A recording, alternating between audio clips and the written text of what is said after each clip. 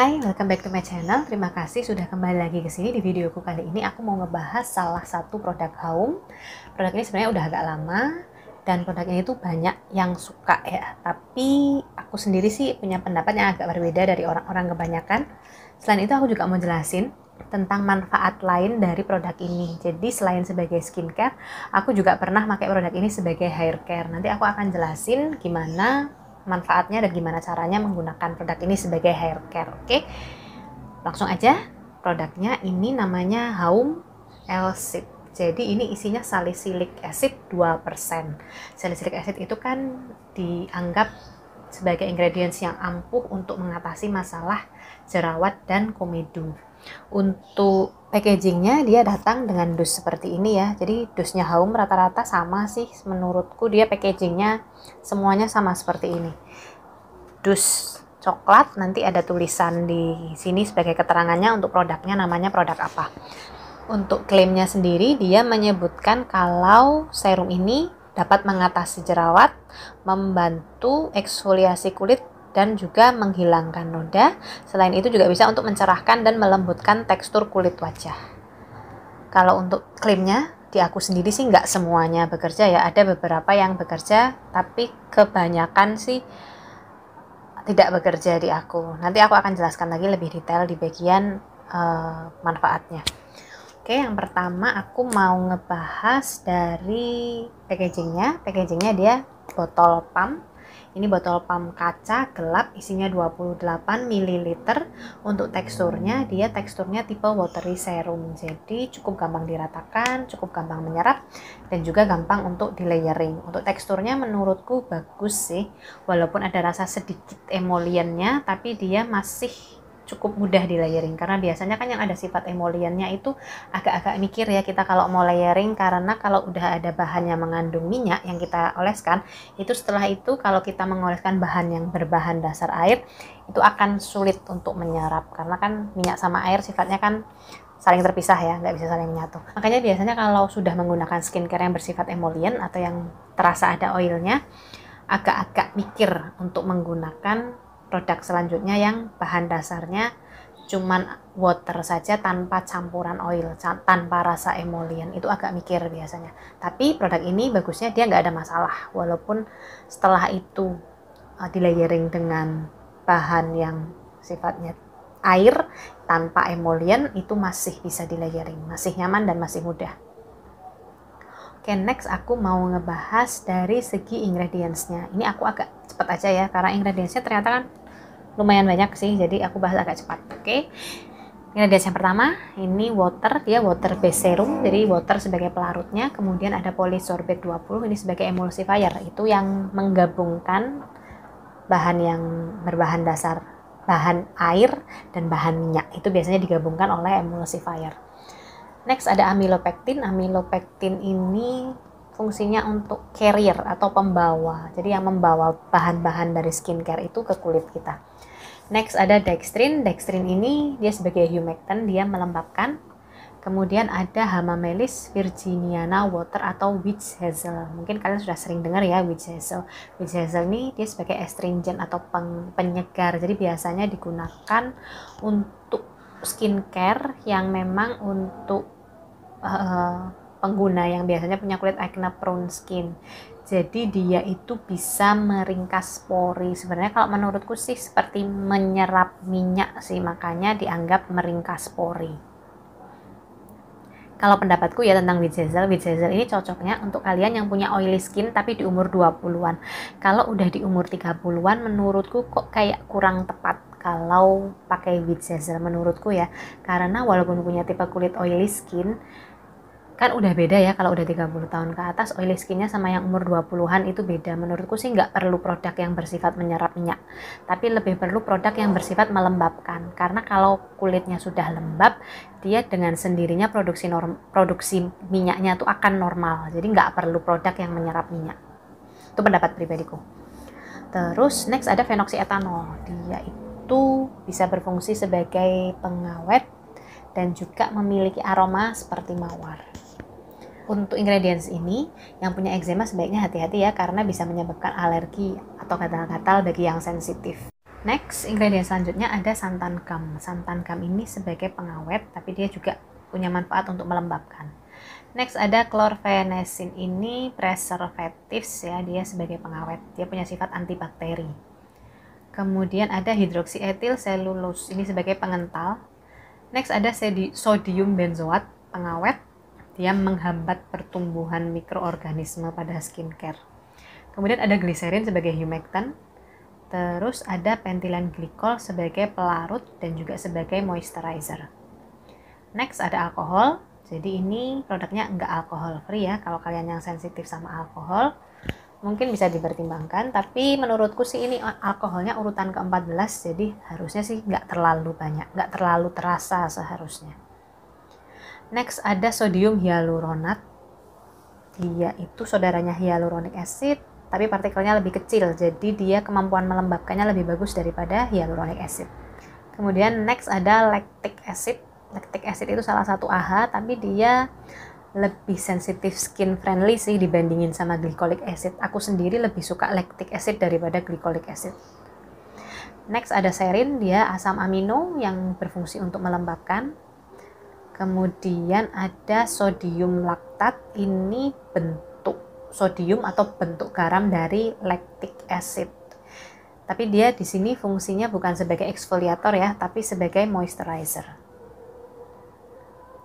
Terus next ada sorbitol, dia berfungsi sebagai humectant dan juga sebagai pengental. Next yang ke-20 ada urea, dia sebagai natural moisturizing factor, bisa sebagai humectant dan juga dia berfungsi untuk meningkatkan skin barrier. Next ada tetrasodium eta, dia berfungsi sebagai stabilizer, tapi dia punya efek negatif yaitu bisa menimbulkan eczema. Bagi yang memang alergi atau sensitif dengan tetrasodium eta ya. Next ada sodium chloride. Sodium chloride ini nama lainnya sea salt. Dia biasanya digunakan sebagai bahan dalam body scrub ya. Tapi biasanya sea salt ini agak kurang baik bagi kalian yang punya kulit berjerawat. Nah, dia fungsinya itu sebagai pengental, jadi menyatukan kandungan minyak dan air dalam suatu skincare. Sebenarnya ini kalau lihat dari keterangannya kayaknya kurang bagus ya digunakan di produk yang tujuannya untuk mengatasi jerawat. Karena sea salt itu sendiri memang kurang bagus untuk kulit berjerawat. Next ada allantoin, dia berfungsi sebagai emollient, melembutkan. Nah, itu tadi ingredients-nya. Sekarang aku mau bahas untuk manfaatnya ya. Untuk manfaatnya menurutku dia kemampuan untuk mengatasi jerawatnya di aku tidak efektif. Aku bisa bilang benar-benar nggak efektif. Karena kalau salicylic acid 2% biasanya efektif untuk mengatasi jerawat. Ini aku pakai beberapa hari pun nggak ada perubahan signifikan untuk masalah jerawat. Jadi jerawatnya tetap ada. Terus untuk masalah blackhead sendiri sih masih lebih kelihatan efeknya dibandingin untuk mengatasi jerawat ya. Tapi itu pun harus aku layering sama produk yang mengandung retinol. Jadi kalau aku layering sama produk yang mengandung retinol, dia bekerja, dia efektif untuk mengatasi masalah blackhead, tapi masih tidak bisa mengatasi masalah jerawat. Makanya aku juga heran sih, karena kan banyak yang bilang kalau produk ini itu bagus ya untuk kulit berjerawat, tapi ternyata di aku nggak begitu berfungsi untuk mengatasi masalah jerawat. Cuman bisa untuk mengatasi masalah blackhead aja, itu pun harus di layering dengan retinol, baru kelihatan manfaatnya. Kalau banyak yang tanya, Kak, apa bisa salicylic acid atau produk yang mengandung BHA di layering sama retinol? Itu tergantung kulit kalian ya. Jadi jangan setelah aku bilang ini kalian mentah-mentah langsung kalian coba seperti itu. Kulit kalian belum tentu kuat, disesuaikan saja sama kebutuhan masing-masing. Terus gimana caranya tahu kulit kita kuat atau enggak? Ya memang harus dicoba, tapi mau nyoba itu juga dipikir, jangan asal main coba aja ya. Dipikirnya tuh gini, kalian kulitnya gimana setelah pakai salicylic acid 2%? Apakah baik-baik saja? Apakah sudah efektif? Kalau sudah efektif ya nggak perlu di layering sama retinol menurutku. Cukup kalian pakai di hari yang berbeda. Kalau hari ini kalian pakai yang mengandung salicylic acid, mungkin besok kalian pakai produk yang mengandung retinol. Gitu aja. Kecuali kalau kalian udah pakai salicylic acid 2% nggak ngefek, dan kalian pakai retinol juga efeknya sudah mulai menurun. Nah, saat itulah dipertimbangkan untuk layering kedua produk itu. itu pun dengan konsentrasi yang diturunkan terlebih dahulu. Maksudnya gini, kalau kalian biasa pakai salicylic acid 2%, ya coba salicylic acidnya 1%, baru di layering sama produk yang mengandung retinol yang biasa kalian gunakan. Jadi konsentrasinya diturunkan dahulu. Kenapa? Untuk menghindari iritasi atau untuk menghindari sensitif.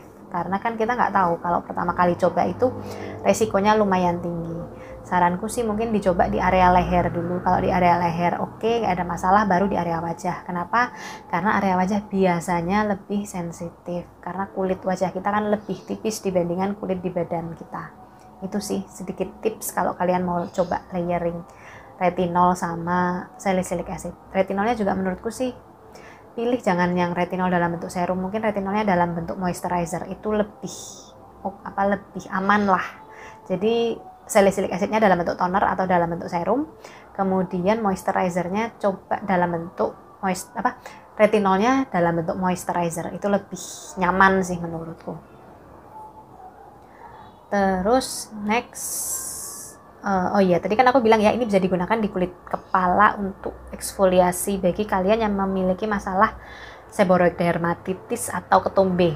Ini aku nggak ngarang ya, aku waktu itu nonton YouTube-nya dari salah seorang ahli, jadi dokter spesialis kulit tapi untuk kulit kepala gitu. Dia memang menyarankan penggunaan salicylic acid untuk kalian yang mengalami seborrheic dermatitis atau ketombe. Jadi bedanya aku sendiri nggak yakin 100% sih bedanya.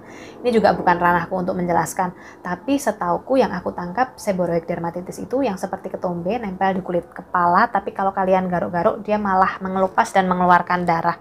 Jadi kulit kepala malah jadi kayak luka. Nah, itu penyelesaiannya bukan dengan produk-produk yang atau bukan dengan hair care yang mengklaim anti ketombe saja, nggak cukup. Biasanya masih tetap nempel dan masih tetap gatal. Karena itu disarankan menggunakan produk yang mengandung salicylic acid untuk mengeksfoliasi kayak ketombenya itu tadi yang menempel di kulit kepala. Nah, jadi aku coba Hauum ini, salicylic acid ini untuk di kulit kepala dan ternyata lumayan efektif sih hasilnya menurutku. Seborrheic dermatitisnya jauh lebih berkurang, ketombenya jauh lebih berkurang, dan rasanya juga lebih nyaman. Dia nggak bikin rambut kering karena kan dipakainya cuma di kulit kepala ya, jadi nyaman-nyaman aja sih digunakannya dan memang sangat ngefek sih di aku, sangat bermanfaat. Jadi aku malah akhirnya lebih sering pakai produk ini untuk kulit kepala dibandingin untuk wajah karena emang ternyata dia lebih bermanfaat waktu aku gunakan di kulit kepala. Terus untuk kekurangannya menurutku kalau di aku ya, ternyata kan dia nggak sesuai sama klaimnya. Tadi klaimnya banyak banget, tapi di aku dia cuma ngefek untuk ngebersihin komedo, itu pun harus di layer sama retinol. Untuk efek lainnya aku sama sekali nggak ngerasain, karena malah akhirnya aku pakai di kulit kepala ternyata malah bermanfaat di kulit kepala. Kemudian untuk kelebihannya menurutku, kelebihannya yang pertama dia tidak menimbulkan rasa kering, walaupun salicylic acid biasanya menimbulkan rasa kering. Terus dia juga nggak menimbulkan iritasi, aku layering pun kulitku tetap nyaman-nyaman aja, nggak ada iritasi. Kemudian kelebihan lainnya menurutku versatile. Tadi kan aku bilang dia di layering dengan apa aja gampang, makanya aku layering dengan retinol pun aku nyaman-nyaman aja. Sebenarnya aku sempat layering sama retinol yang dalam bentuk serum, aku juga sempat layering dengan retinol yang dalam bentuk moisturizer. Dua-duanya bisa, tapi aku lebih suka waktu aku layering dengan yang retinol dalam bentuk moisturizer. Terus untuk kesimpulannya, kalau ini menurut pendapat pribadiku ya, menurut pendapat pribadiku kok aku kurang merekomendasikan serum ini sebagai serum BHA. Aku prefer serum-serum lain sih. Ada serum lain yang aku lebih suka daripada serum ini. Ini pendapat pribadiku ya, berdasarkan pengalaman pribadi. Karena orang lain kayaknya banyak yang bilang kalau produk ini efektif untuk mengatasi jerawat. Tapi kalau di aku, menurut pengalamanku kurang. Jadi kembali ke kalian sih, mungkin kalian harus coba sendiri. Oke, sekian review dari aku. Semoga bermanfaat. See you next time. Bye-bye.